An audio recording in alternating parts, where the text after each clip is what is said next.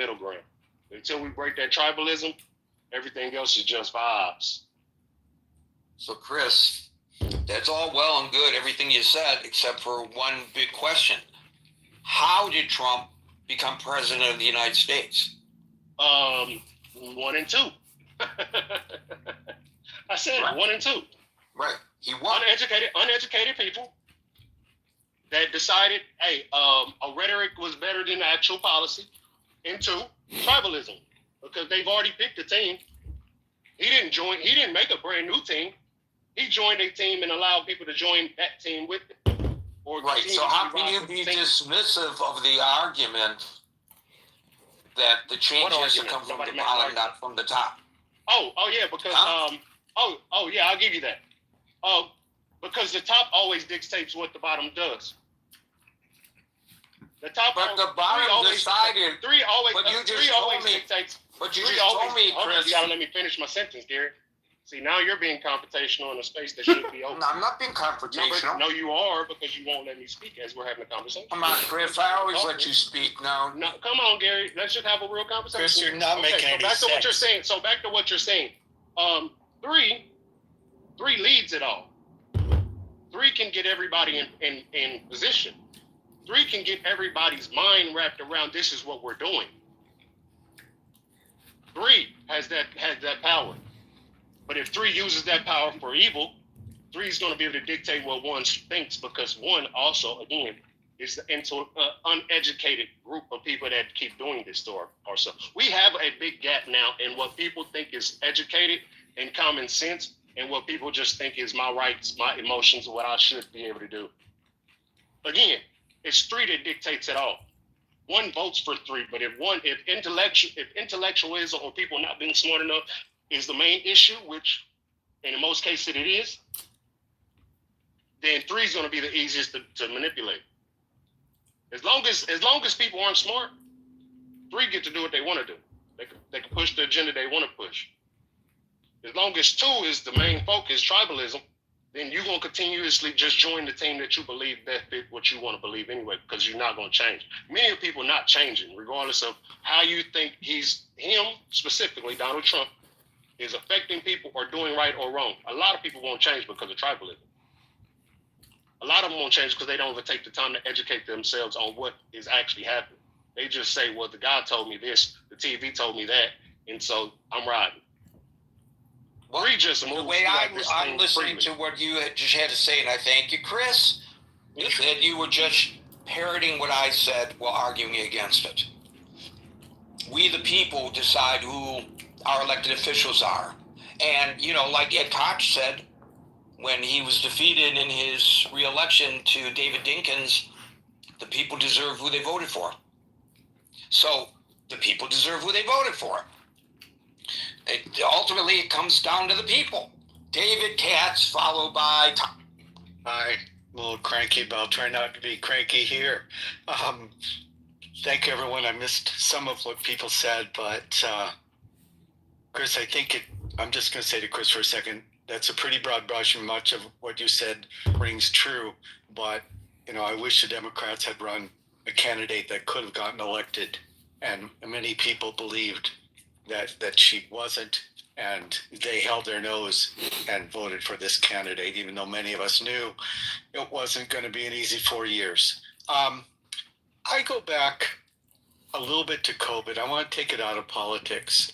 I really think we were invaded by that virus as if we were attacked militarily. Never mind what we went through with people that died, our healthcare system. Never mind. Breakdowns in society, I think, are long-lasting. Okay. And people have memories of the unfairness of how they were treated, whether they couldn't work anymore or some lost their businesses, the arbitrariness of government after they didn't pivot when they knew that young people were going to be fine, most of society was going to be fine, and we had to protect certain people with comorbidities and older people. And we see people who normally would be more honest, more moral, more easy to get along with, where their actions have changed. We have much higher retail theft in retail stores, and not just among people who are downtrodden or don't have money or were hungry that day, but among people who have the money to pay for the goods, but they feel right now they're entitled to get away with it. And I think David, I saw a woman. I was at New York Penn Station getting ready to go home in the morning. Right.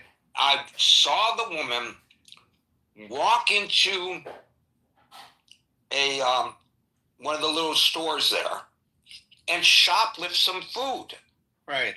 Some Twinkies or whatever it was, kind of food. And I thought,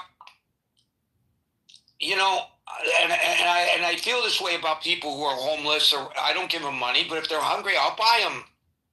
You want a Twinkie? I'll buy it, or whatever it is you want to, I'll buy it for you. I don't mind. And I felt, oh man, I wish I'd known this person was hungry. If somebody's hungry, I want to feed them. There's no skin off of my teeth to buy them an Egg McMuffin or something. I get on the train, and lo and behold, she's sitting on the train. And I'm thinking, well, a lot of people get on the train without tickets and try to bullshit their way into a ride with the conductor, and the conductor's not going to hold up the train, to call for the cops and inconvenience everybody. It happens all the time. And then she hands the guy the ticket. Sure. And what was her destination? Newark Liberty International Airport. Mm-hmm. So obviously, she had bags. She's going to the airport to take a flight that she has to spend several $100s for. So she has money for that, and yet she's stealing a $1.50 pastry from this poor guy who's just trying to make a living there at Penn Station. Yes. What the hell? What the hell? And so I think there's been a shift among, like you said, even when I ran grocery stores from age 15 to 27, when we had security in the stores, even back then, I'm talking about the 70s, a lot of people were arrested who were well-to-do and were doing it, whether it was the thrill of it or whatever reason in their head. And that was way before COVID. But I think there's been just a moral shift in this country, maybe that's rationalized by what they went through. And many went through a lot of trauma because of COVID. I want to say one other thing, and I'm sorry, it's back to the beginning of your broadcast. I was driving around Seattle the other day, right after the King's protest, and there was spray painted, very crudely, but spray painted, no kings, but underneath, no chosen people. And I didn't want to overreact, but in another room, we kind of delved into the history. Right. So here's a prime example. So here you got people on the left who are infiltrated, and we want to be accepting of everyone by people who are anti-Semites. I have a friend who has been all of her adult life a Democratic voter. She views herself as a liberal. She chose Portland as she can live anywhere, given the work she does. She chose Portland because she likes that atmosphere that's unique to Portland and maybe Seattle, maybe Oakland, I don't know, but Berkeley. She likes that kind of an atmosphere. She's against this ICE detention center there and what's going on. And she's Jewish, and she's sick to her stomach that so many people are flying Palestinian flags at that demonstration. Now, I'm sorry, why is the left not standing up to people like that? I asked that question the other day of people, if it had happened at your No Kings demonstration, what would you have done? And I made it clear that my decision was I would leave. I'm not going to be standing shoulder to shoulder with anti-Semites. I don't care if we both agree and on the same cause. I'm not going to do it. But you don't see that happening. And right in our little microcosm, and you saw the discussion that went on in the chat, people who were defensive of no kings refused to answer that question. What would you do if it happened? Well, it didn't happen where, all right, I know it didn't happen where you were, but what would you do? Well, I'm not going to talk about hypotheticals. What, you can't take a stand against anti-Semitism? And so it's exactly the same thing, in my opinion, obviously, what I said about the Republican members of Congress, too chicken shit to stand up to the president.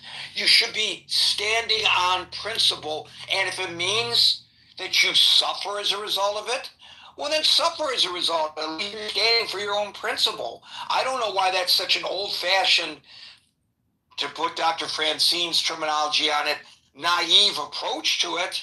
And maybe people here would agree that I'm being naive, but I think that's where we should be in society.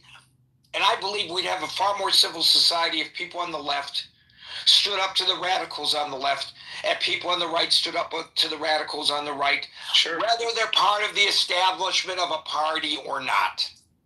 And I'm going to say this, and it sounds politically charged, but I'm sure it happens with many groups. But in many demonstrations in Seattle, Black Lives Matter was one, and they had peaceful, important demonstrations here. But they also gave cover to Antifa, and they had bad actors who used them, who did violent crimes during these marches and burned and attacked buildings, attacked cars, and they never tried to stop that, as far as I could tell. And it wasn't a good thing for anybody. I saw right here in New York City, where in Midtown Manhattan, all the buildings are boarded up. Of course, after the fact, after all the looting took place. And of course, the majority of the people who were protesting what happened to George Floyd were not intent on violence, but you didn't see them stand up against, and maybe it's not their place to do it, but there was no peer pressure control on the people who did perpetuate the violence. Now, I will say that the people who did were, as you pointed out, taking advantage, but if they're taking advantage of me, I'm going to stand up against them, because I don't want to be tainted by what they're doing, but people didn't do it. That's the point. Yeah, so we've got a lot of work to do. I'll stop talking. I appreciate, as always, the topics you bring up. I noticed in the last week when I looked for your room, it's not at the top of the list anymore. I have to actually physically search for it, even though I know it's here every day at 2:00. So I don't know what's going on there. Give them a call at the clubhouse offices and tell them, I want my critical thinking forum. Yeah, that'll be a long conversation. Yeah, real long. Thank you, David. We'll go to Tiger and then Dr. Yu. Tiger. Hey, Gary. I think everybody should be against anti-Semitism, though I do think that the boundary of what is considered anti-Semite is in debate. So I don't think, people agree with you, but people might not agree with you. Not to me, it isn't. That aside, I understand you, because I'm obviously not as outraged by anti-Semitism. I'm more outraged. Well, I bet you you know the difference between criticism of the Chinese Communist Party and anti-Asian activities that occurred during the COVID. You could tell the difference, right? Yeah, exactly. On that one, so you should be able to tell the difference. You should be able to recognize anti-Semitism when you see it. I understand you. That's all I'm trying to say. I sympathize with you, because there are. And I'm empathetic with you. Yeah. So. But I don't think that the boundaries to determine what is Asian discrimination is something that I have trouble defining. Well, I think, I don't want to rake up old graves, so maybe we just get over that one. But my comment on the topic, I actually don't think civility has left this country. But I do think that I think civility has always been the minority in any society in general. What we're seeing today in America is that the civility has been inundated, has been buried underneath a very thick, dark cloud of vitriol. And that happens in any society, frankly. But I do tend to notice societies that are more prosperous and less people are suffering, especially economically, tend to be more amicable, tend to be more receptive of civil debates. Whereas when people are having harder times, people tend not to be as civil, tend to go to the extremes. We've seen that times and times again in history, in all kinds of countries. Adding to that, the age of the internet definitely makes that worse, because, as I said many times, I think anger and fear drives internet traffic, and people need to profit off that internet traffic. Another point, I think, I'm sure people have raised this, is the role of education. People who have better access to education tend to be more civil, in my opinion, and I think there are studies that can back this up. But what we are seeing in America, especially, there's a bifurcation of the quality of education that people have access to. If you are from a upper middle class or the wealthy class, you can afford to send your children to private schools that emphasize on reading, reasoning, civil debates, and people tend to have more manner. But if you're coming from a lower middle class or even the poorer class, you probably are scraping by with multiple jobs as a parent, and you have no choice but to send the children to a school that is less funded and also operates on the principle not of merit, but is like a daycare center for most people who are of the lower classes. And I think that is solved. I think overall there's a deterioration of American education that's accessible to the common people. It's not going to be a very civil outcome when people are not properly brought up, in my opinion. Thank you. Can I get you to expand on that? Are you suggesting that people who are in the lower economic levels of society are less civil than people who have wealth and education? Yeah, I tend to believe that, and I think those are measurable. I do think that the crime rates, when you have the correlation study against family income, you can see a correlation there. I do think there's a connection. Well, much as you have trouble defining anti-Semitism, some people might have trouble defining crime, because there's a lot of white-collar crime that's being committed by people who have plenty of money that was unnoticed, but there are high crime rates there. You might even have a president who in 6, 7, 8 months has 9 months, 10 months now, amassed an additional $1 billion in personal wealth through his presidency, and perhaps some of that might be viewed by some people as criminal, and other people might not view that as criminal. But it happens, and the awarding of contracts based on relationships, and these are not being awarded to people in the lower stratosphere. They're awarded to people in the upper stratosphere. Is that not just as much a crime as somebody shoplifting a Twinkie from the shelf at Penn Station in New York? I would argue it's even a greater crime.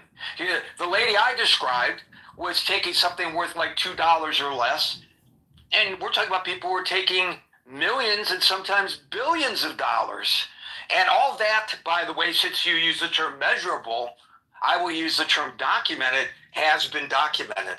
So I don't know whether the cause and effect really is as measurable as you think, given the narrow parameters that are being used to define crime. If I might respond to that a little bit, I don't think we were talking about crime. I think we're talking about civility. But you brought up crime. So crime why did you bring it up if you didn't want to talk about it? Well, it's one of the data points that I think correlates to what I'm saying. But even if you measure civility, I think it actually depends more on education more so than crime. But yeah, we can have that debate, but that's not the debate I really want. I spent over the last 2 years. I spent several weeks each year in rural, poor Appalachia or Appalachia, depending on where you live and what you prefer. Oh my God, I've had people who said, I've lived in Appalachia all my life. I've never heard it called Appalachia. And then I've heard people who say, I lived in Appalachia all my life. I never heard it called Appalachia. So, but you know where I'm talking about. I spent time in Kentucky and in West Virginia and in Pennsylvania. I stayed in small towns. I've met people who literally don't have running water. And they're as nice and as civil as can be. Why is that? I don't know how measurable really your argument is. Doctor, followed by Ben, followed by David. Thank you. Anyway, I tend to give my own perspective from coming from an Asian thing. Fantastic topic. I really liked it. And I think the answer is yes. For one thing, that is because somebody like you thought about civility, that word itself. So that means humanity is not lost. That makes me really hopeful. So somebody is thinking about civility, somebody would like to talk about please civility. Don't hang your hat of hope on the shoulders of Derek. Oh my God, please don't do that. I cannot live up to that, but thank you for what you said. Sure. So that means it's there. And my way of looking at it is that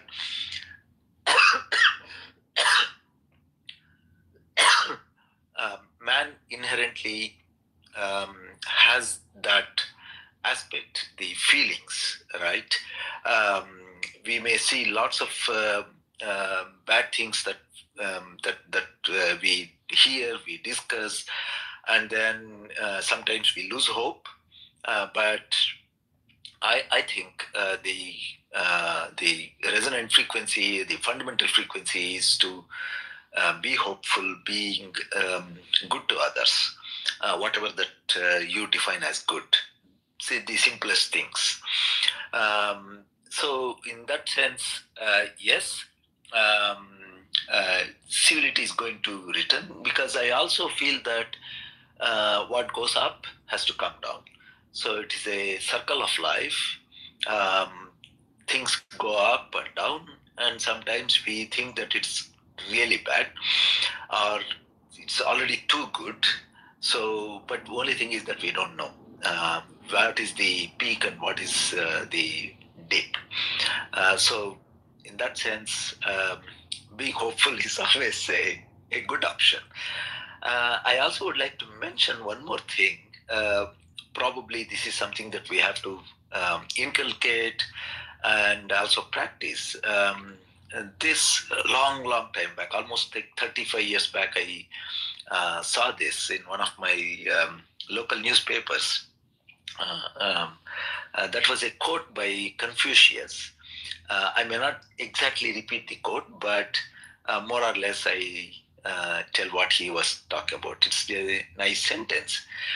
It said, if you see a good man, think of emulating him. And if you see a bad one, examine your own heart it was such a fantastic thing. And then I was actually sort of a little over teenager, but somehow this is with me for more than 35 years now, even a little more. So this is something that I tell everyone. Whenever you think desperate, whenever you think very bad, whenever you feel so depressed, think of it. Once we start looking inside, we will be as good as somebody else and as bad as someone else.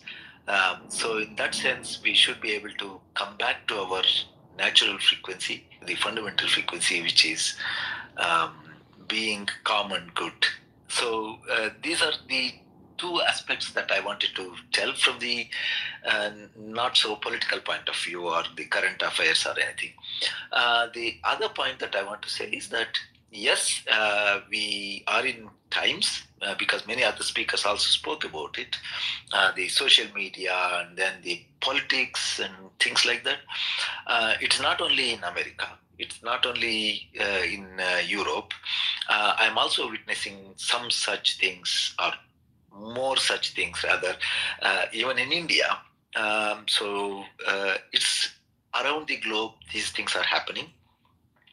I think it is for a purpose. More and more people will start talking about it, and once things cross a threshold, I think people will automatically come back to the calmness, the quietness, and something which is good for everyone. So that's my hope. And also, in a way, this is my observation of my life. Things are not going to be always bad. Things are not going to be always paradise. So in that sense, let us keep hoping. Gary, thank you so much. Yes, let's try to keep this as positive as possible.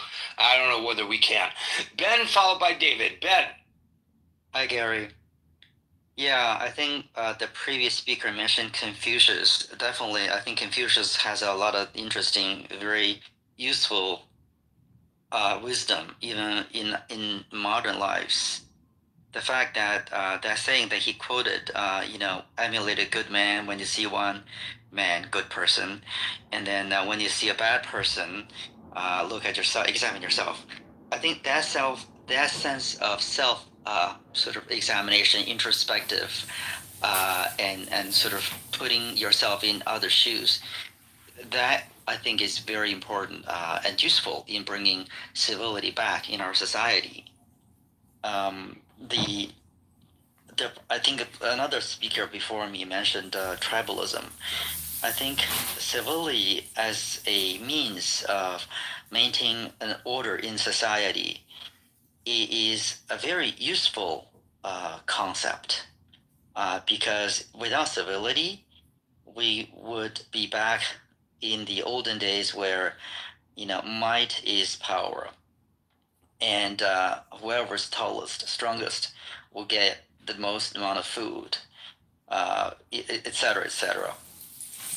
So human beings have evolved over the years, whatever thousands of years, to a point where we believe that having a sense of order is actually a positive thing for the survival of the race, instead of completely ruleless, if you will, which is, get the civility concept out of the picture. You just do whatever you want. And so we have reached, at least accomplished, sort of a common ground of understanding having that type of civility is positive. And I'm hopeful that that civility has not permanently disappeared in our collective consciousness.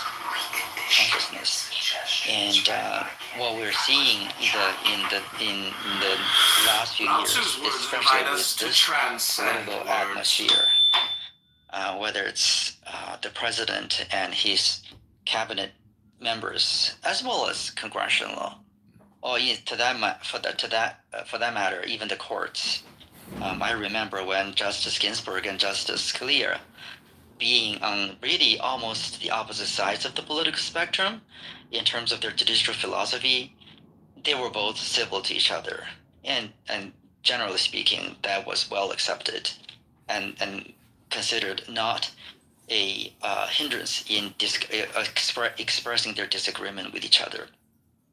So I think for the courts nowadays, I'm seeing less and less that type of civility. So certainly, that's why we're talking about this issue. We are sensing a lack of civility, especially from our president. With the airplane, the meme that he published, that's a really extreme example. But I think human nature is such that civility is something that we treasure, we value, and it will help us maintain an orderly society. Now, the question to me is, how do we judge civility? How do we, first of all, define civility, which is relatively easy, but how do we maintain that civility? Is it the civility where we would use some sort of replacement criteria? For example, maybe language, maybe religion, maybe ethnicity, sort of the tribalism that somebody else was talking about. And in my book, I think, at least for the United States, the rule of law is a very effective tool to maintain what I considered workable civility versus using some other criteria that I just mentioned previously.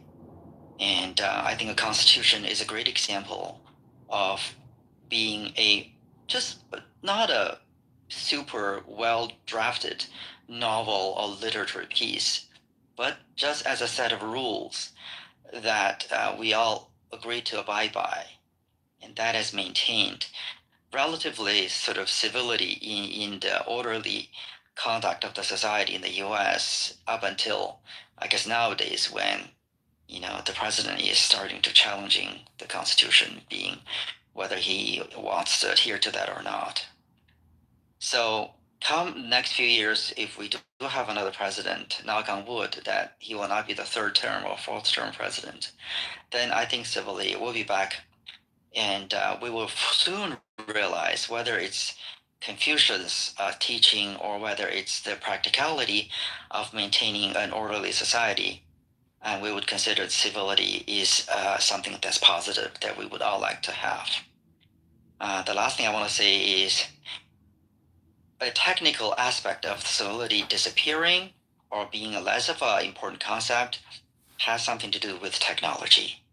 Specifically, the phenomenon where humans are more and more connecting via virtual world, whether it's online, whether it's video, or for what we're doing, Clubhouse, compared to physically face-to-face gather around a bonfire or a living room couch or table having conversations.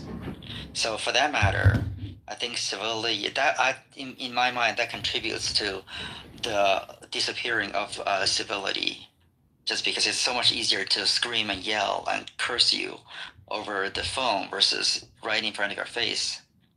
Imagine, Gary, if we were having a conversation on the train, facing each other, I think it would be very different for me to be so mad and scream at you versus holding the phone in my face and then just want to say, if I send it to you, I have to delete it.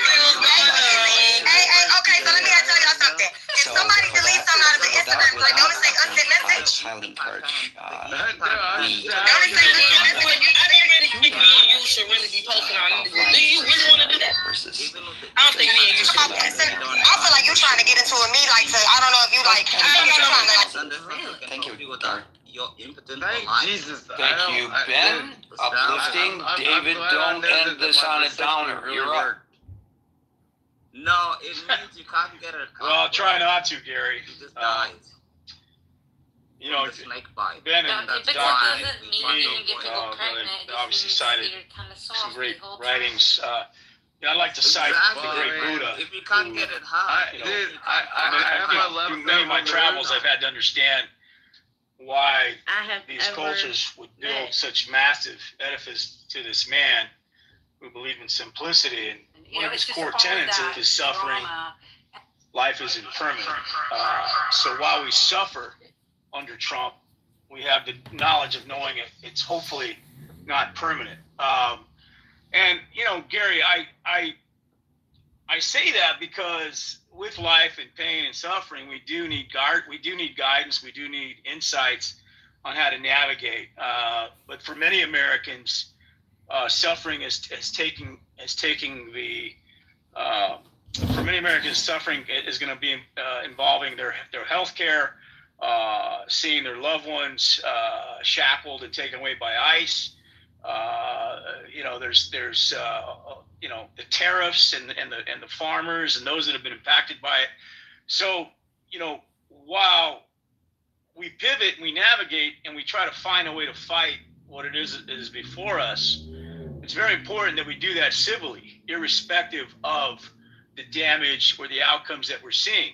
We didn't see civility on January 6th when there were those who reigned on the White House, the Capitol building, believing that the election was stolen. Was there a better way to address that versus being uncivil? And so I think we need to look at this nation and how things have been transacted when civility was involved. We can go back as far as Abraham Lincoln, and we have President Trump addressing reporters today or writers, whoever it was today or yesterday, that he thinks he's a better president than Lincoln or Washington.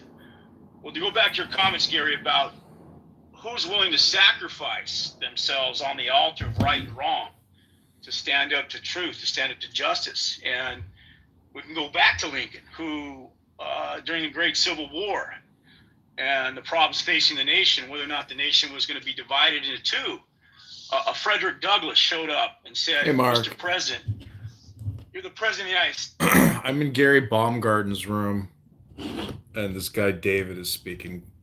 David, who knows everything. I'm on this Twitter Spaces in a few minutes. Oh, great!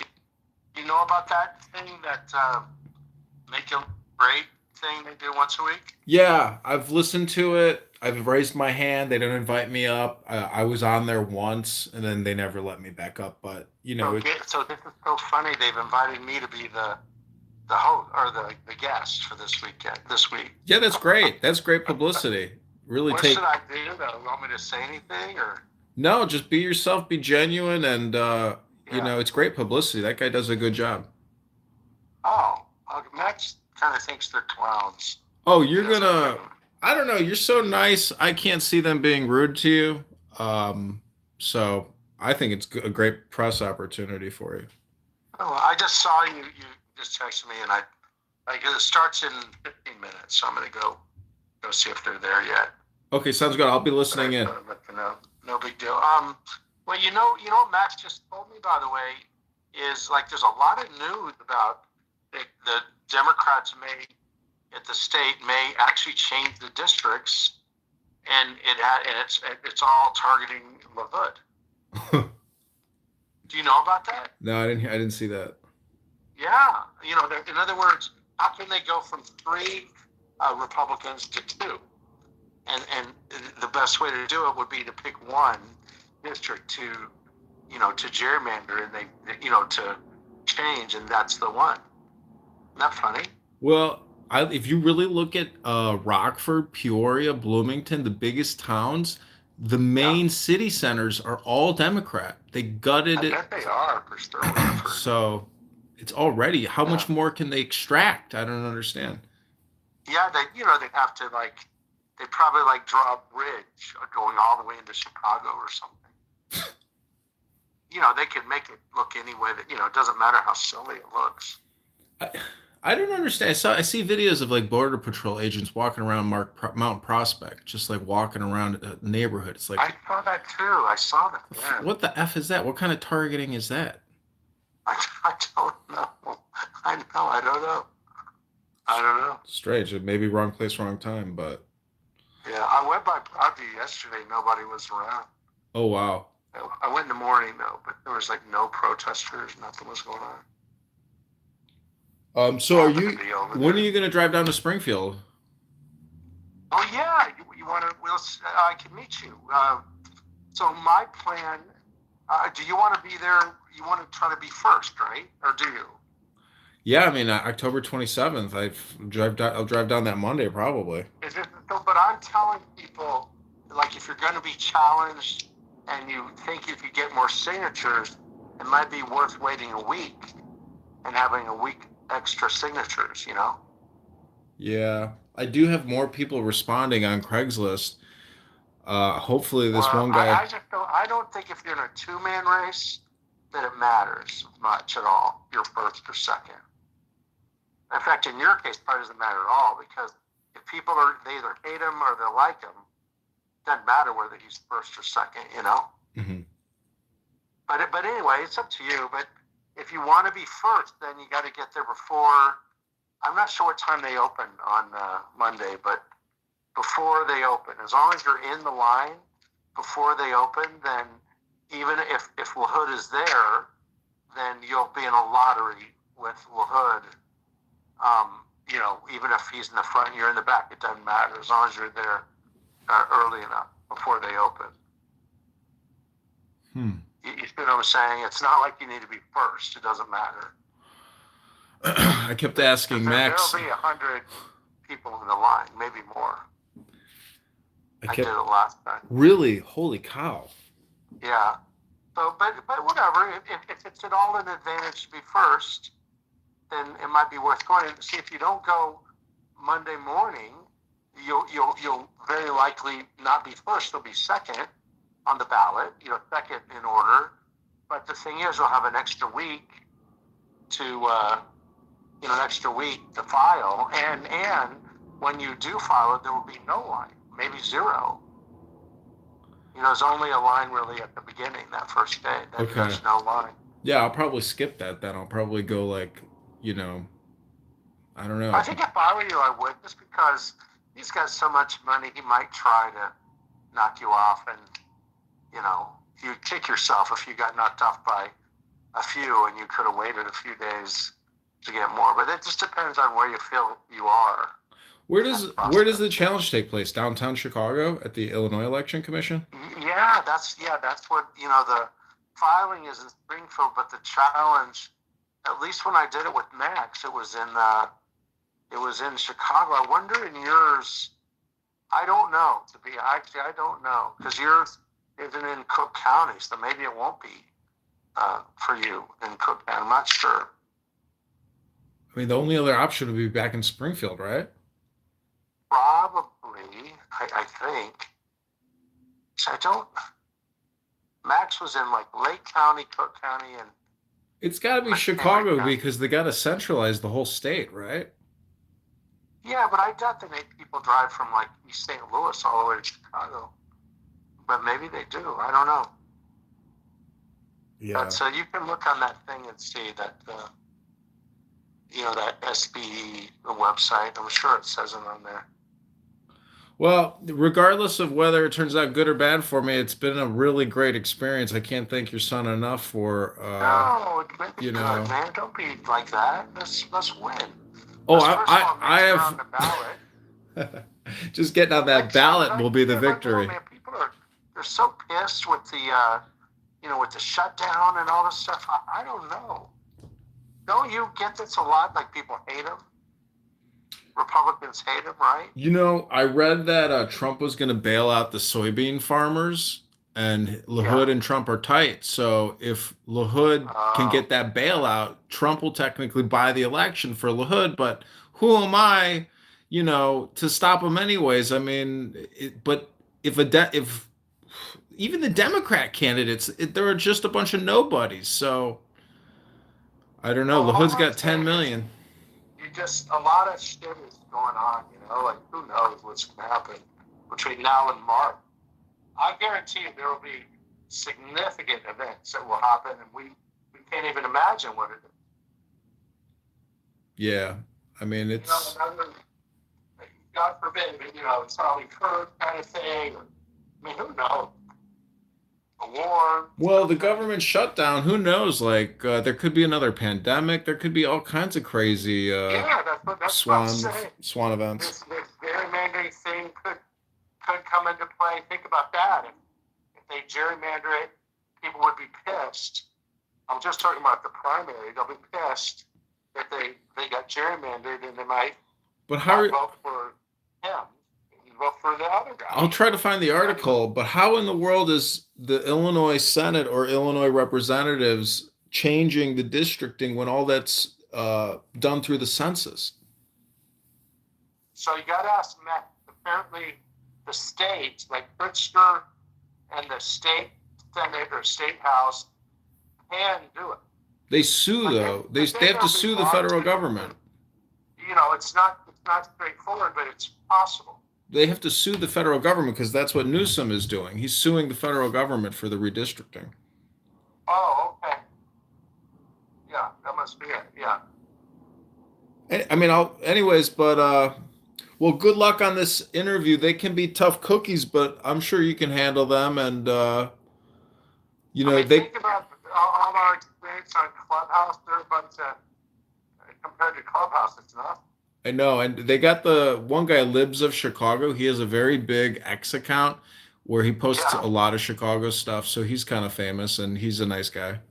Max has a little conflict with everybody on X, but Max is kicked off. They told me he can't be on it. Yeah, I don't know why they kicked him off that 560. He said he was getting censored there, but this is life. There are censors, and the people you're talking to are censors as well. I'm going to find out. I'm going to get a little bit involved. I'm just curious. I don't like that conservative radio shouldn't be censoring anybody for if they're getting at the truth, you know. Well, when I talk coming out now, like DeVore wants to sue Proft, and I mean Max was early. That now, you know, Jeannie Ives is into it. Everybody else is into this thing. You know, the lawsuit came out, and maybe they shouldn't have disclosed it, but they did. And who leaked it? And blah blah blah. There's a lot of. It's like a shitstorm. It's good. Yeah. El Norma, welcome. Yo, yo, yo. Hello, gentlemen, friends. Hey, Nora, I haven't talked to you in a while. How you doing, buddy? Just great. How are you, Mark? You know, John, Norm and I went to 770 and the neighborhood over there in Crown Heights and hung out. We had the best time. Went to a Febrinian. Oh, wow. It was fun. I need to do that. Next time I come, Norm, I will call you. I would love to do that. Well, I'm going to hold you to that. And I took advantage of one of your ideas, and I flew to Eretz Yisroel from Europe, and it was much smarter than flying directly from the U.S. It was so much more convenient. Yeah, I know. It's crazy. You get there, and it's like nothing. And my flight from Rome cost $80. Well, I didn't have that benefit because I went during the war, and it was so I flew El Al because of the missile defense systems. Plus, it might have been the only thing flying. I think Ryanair hasn't put their missile defense system up yet, but whatever it is, you know what I'm saying. But I had so much fun, man. That's cool. When did you get back? When were you there? I was there in April.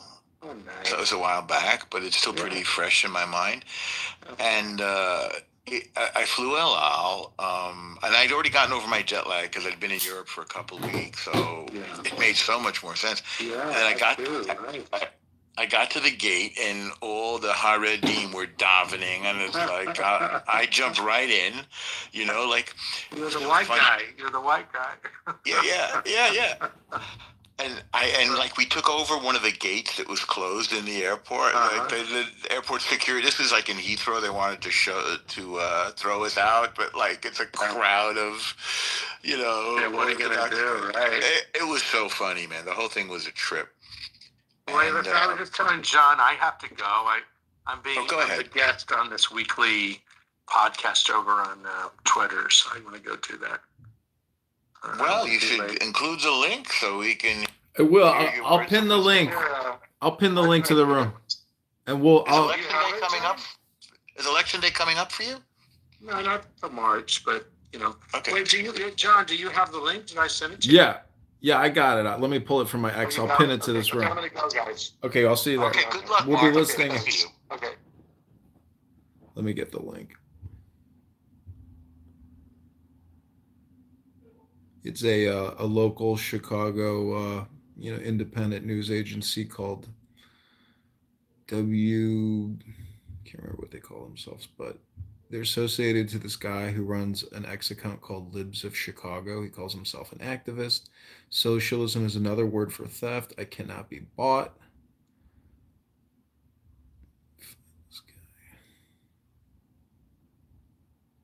All right. Do me a favor and text it to me. I'm in a work zone, so I have to stay in the zone, and I don't want to be rude to you and ignore. So I'm just gonna skip around. Oh, no worries. I'll try to tune into the Mark thing. Are you gonna? Why could you text it to me? I will. Yeah. Okay, and always good to see you. And good luck. Okay. Thanks. Talk to you soon. Bye. All right. Bye. All right. Well.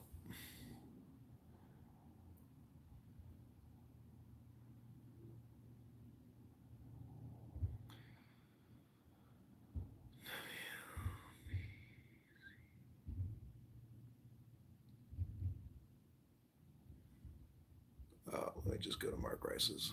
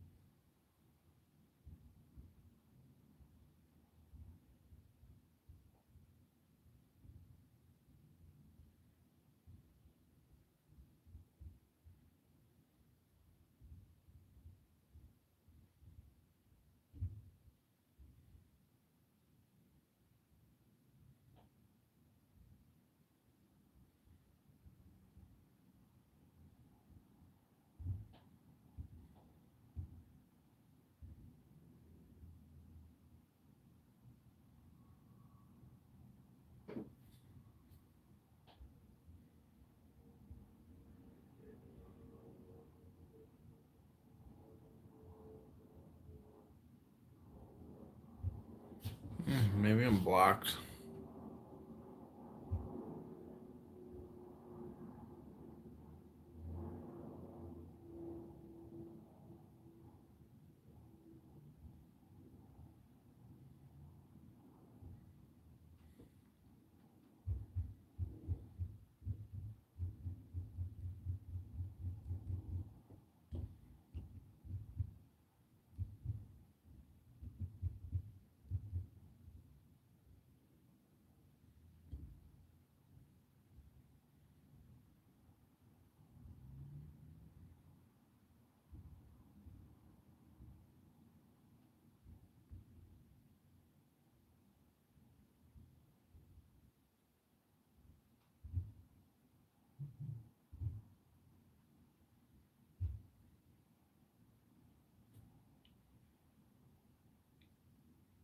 Okay, I'm gonna end this one. This has been the Critical Thinking After Party, or maybe I'll leave it open for it. See who shows up. Okay, this is John for Congress.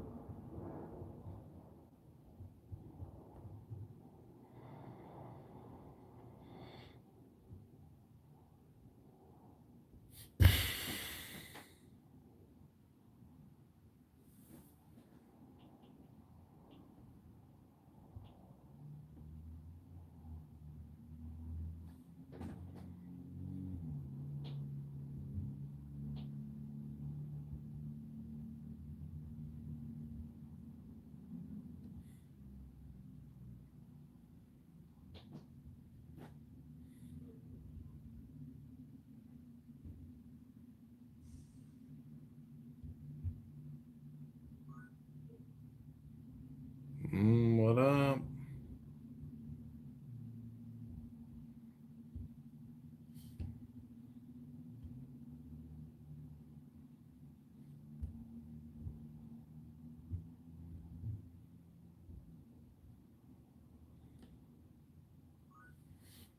Scott. Welcome to the Critical Thinking After Party with Candidate John. I don't want to steal Uncle Steve's glory, but I think I don't think Uncle Steve is working today. I don't know. Here on Clown House. So welcome to the Critical Thinking After Party, where we will review Gary Baumgarten's show, where he talks to people and he says, if you're poor, you still don't have to be a criminal. And he says he goes to the Appalachia. Some people say Appalachia, some people say Appalachia. But even if you lived there your whole life and you say Appalachia and you think it's not Appalachia, well, they got manners. They got manners in those hill countries.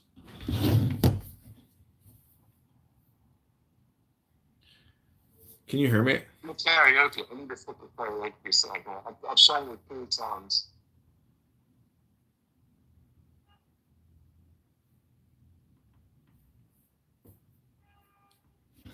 I'm going to try to go on this phone. Oh, we got people watching over here. I don't really want to take you out of your live stream, but I'm trying to find a cell phone. You had El Normo, right? I had El Normo in here. He's now in Get Snatched talking to Doc. But what I'm trying to do is... You don't have the numbers for El Normo. What'd she say? Norm needs, like, you don't have the numbers to keep El Normo. El Normo needs, like, a massive stage, preferably with black people who can antagonize a little bit. Like, or anti-Zionist or something. Like, if you just got a friendly stage, Norm, it's not for him. He has spent a lot of time on this app. I have recorded him quite a bit. He's in a lot of my recordings.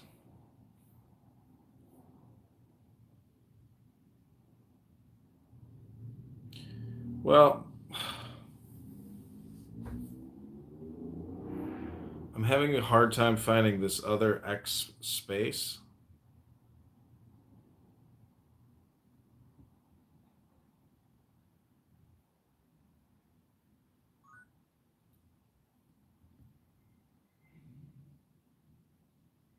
I really like Gary Baumgarten's room. I mean, I like the fact that you turn off. It's a great room. It's a great room. Yeah, I'll tell you, aren't those Asian people super smart who are basically talking about emotional intelligence over and over and over again? Yeah. Pretty smart, dude. You know, have you ever heard about how rich Singapore is? I mean, they're fucking. I just saw they just minted a new naval boat, fully autonomous, massive aerial defense, underwater defense. The thing is like a multi-billion-dollar weapon of mass destruction. You know, I imagine they are countering China, but it's like, what can actually counter China when you're just a tiny little archipelago nation? Wow.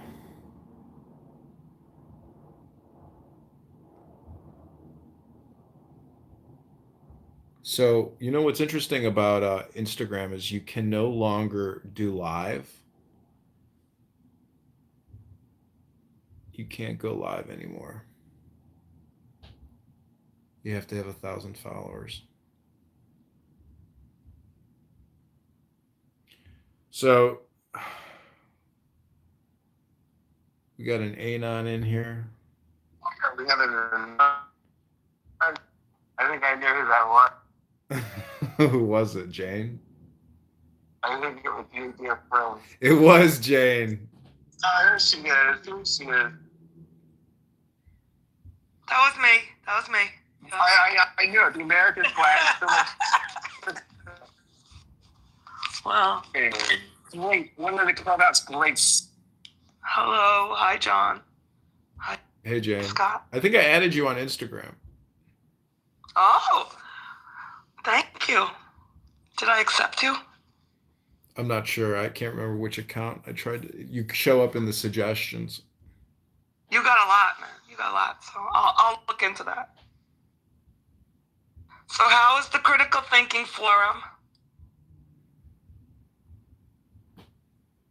It was good. It's talking about how classism and that determines in so many ways the outcome of your ethical and moral and integrity, um, and your education as a result. So it's funny hearing international speakers say, yeah, like you have a problem because you're in a city, have no education, and therefore they all have emotional disturbance disorder. Is that Tiger? Yeah, there's another guy who's just like Tiger's doppelganger. They said like the They exact all same sound thing. like that. Not all Asians, but all self-righteous people like that. I don't know if they're self-righteous, but they're giving their honest opinion, and they live in probably Tiger? Singapore. Well, Singapore is special. Scott, have you been to Singapore? Yeah. Me either. No, I'd like to go once. Yeah? Like, nah, I don't know that one. There's lots of other places I'd rather go. Go now while you're nice and slim. It's a good time. Not that you're not going. Yeah. Yaman is already Europe. He's still very straight on Europe. John, can you believe Scott's transformation? What, like his positivity? Yeah, no, he's always positive. His workout schedule alone. It's impressive to me. Everyday yoga, John. Every day. Yeah. At least I know. It would be great if we were like 24-year-olds with a great ass, on Instagram, wowing people. I know this girl who has this psychic star chart reading business, her own app, 500,000 followers. She's selling a book. I mean, this chick has made like $500,000 on TikTok and Instagram and YouTube, just pushing Scorpio, zodiac, astrology. It's called Astrobella or Astrobella Luna. Anyways, I'm just saying that, marketing and communication and publishing, sex sells, and Jane doesn't want to be modded in the critical thinking after party. Yeah, because she thinks she blocked me. Well, I can't. You can't because I have too many people blocked that you might like in here. I agree with you. Sex sells, and especially as the mother of a 28-year-old, beautiful, objectively beautiful, not just because she's my daughter. I do think sometimes, is she going to have to just cash in on this? She's getting old. She better try one of these things. She's very into astrology too, John. Well, it's a little bit like publishing a record or music. It's really all it is. And it's all about how you present it and publish it and, how professional you are and the branding, the image, the consistency. It's like creating, hundreds of spam videos, and hopefully all of your spam videos are super professional because unlike me, I have, people who scream at me and say, you do yoga in your underpants. Yes. Yeah, I've heard that a lot. So what? Well, the thing is, it's like... John, you might not be 44, but I think you probably got a great ass. You probably get a time. Couldn't make out what you said, but... You said you're hot, John. He thinks you're hot. my signal came out. Well, Scott's not the individual or the target demographic of who I want, to think that I'm hot. I want some beautiful girls in their 20s and 30s and 40s and 50s and 60s and 70s saying, you know what, John? Keep doing yoga. Here's another $10. Get some new underpants. Yeah. I did. I got new undies, new socks, because I didn't want to have to do any laundry because I had this guy in the basement that I didn't want to have to come across. If you're in a city, can't you bring it to a wash, dry, and fold place?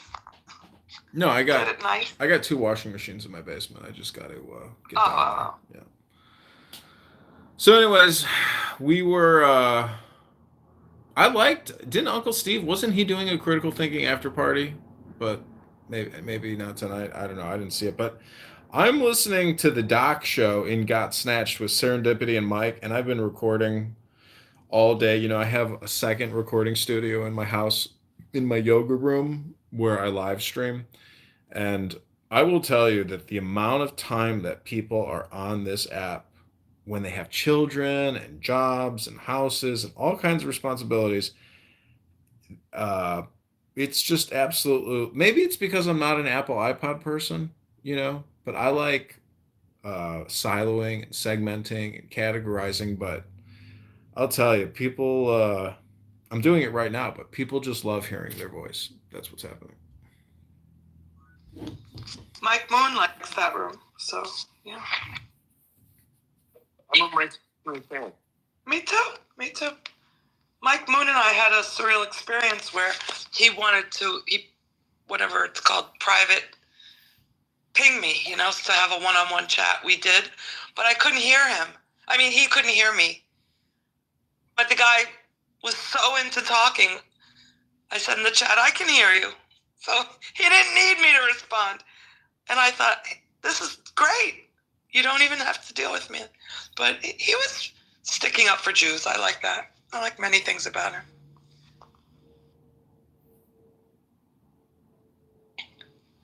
Did you see the federal troops or whatever, ICE agents on Canal Street in New York City, Scott? Oh, yeah, that's crazy. Yeah. The New Yorkers are like, fuck you. It's funny. Yeah, they'll send stormtroopers in there. Yeah. I mean, how do you view, arresting illegal aliens? I mean, especially the ones that are committing crimes. Like, there's some people running street scams, intimidating people. Like, how do you view Border Patrol or National Guard arresting known criminals who are illegal aliens and aggressive in the street? Like, you're okay with that, right? I'm totally fine with that. That's not what they're doing. Well, that is part of what they're doing. I've seen those arrests. Yeah, no, but that's but that's not the problem. The problem isn't everybody for that. That's why the polls have changed. It's people who are totally for that. Like, oh sure, yeah, criminals close the border. Absolutely. But that's not what they do. When Stephen Miller says we need to do 1 million, we have a quota of 1 million. We have a quota. They're just going into Pizza Hut and the kitchens and like whatever. No, I mean that's the problem. The problem is I have a friend conservative from Alabama, and he's totally like into Trump. He's like, we can't just take the criminal. I mean, he's like, even he thinks it's too much. Like, it's